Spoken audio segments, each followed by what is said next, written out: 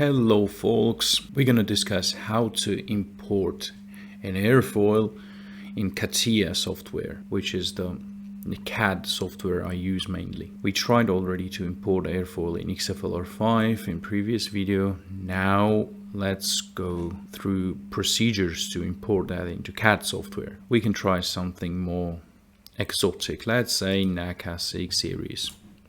We can have a look, something interesting. Oh, I like this one. And what we can do to prepare this file for CAD software, you can go to AirPlotter and choose some kind of chord length, let's say 250, for example.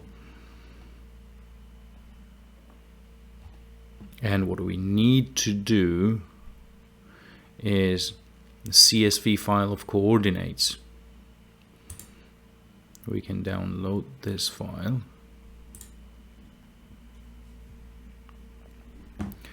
And if you open this file, you will get something like this. Here are coordinates for airfoil surface. And these are like the camber line and the chord line. What we actually need is an airfoil surface from here. So to insert this into Catia, first we need to open the Catia. You're going to have product window open here. We need generative shape design, or any kind of part design even is okay, but we should work with shapes. So you get this, and then we need to find really interesting file in the directory where Catia is installed. You go to code, then command, and in this directory you will need to search for this point spline loft from Excel. You can copy this, get here. Here is the file you downloaded from Airfoil Tools website, and here is a file we need to import this airfoil into the Catia. So we can open this, and there will be macros have been disabled, and we need to enable content. So how this works, basically here you have some kind of commands of Excel. You got like start loft, then start curve, then specific coordinates on a X, Y, Z, then end curve, start curve, so another curve begins.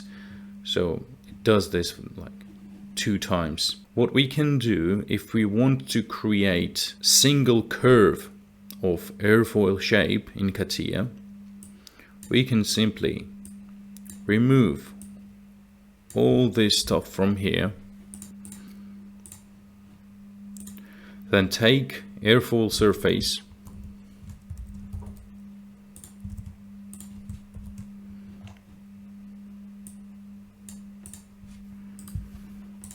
in this case, if you create such kind of configuration, you're going to have like X axis these coordinates, Y axis will be 0, and the Z axis other column of coordinates. It means that the airfoil will be displaced on a XZ plane.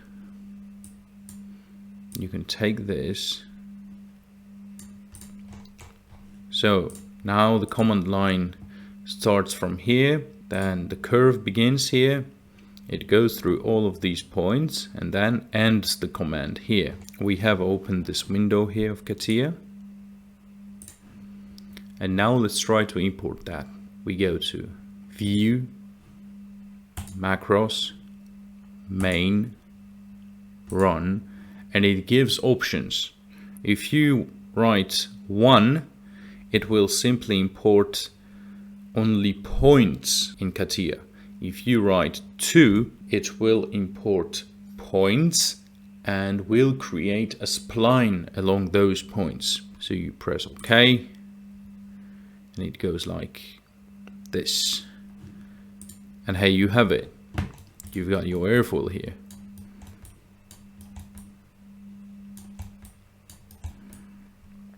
What you can do, you can hide all of those points. You end up having some airfoil here. You can do some manipulations with it. For example, if you want to do some kind of, I don't know, scaling of airfoil, let's say like this.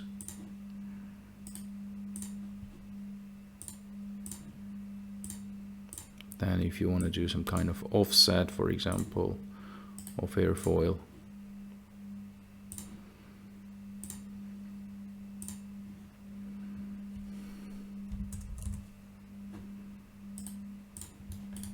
and you have something like this, and then probably want to create some kind of simple wing on this airfoil. Voila, you have something interesting here.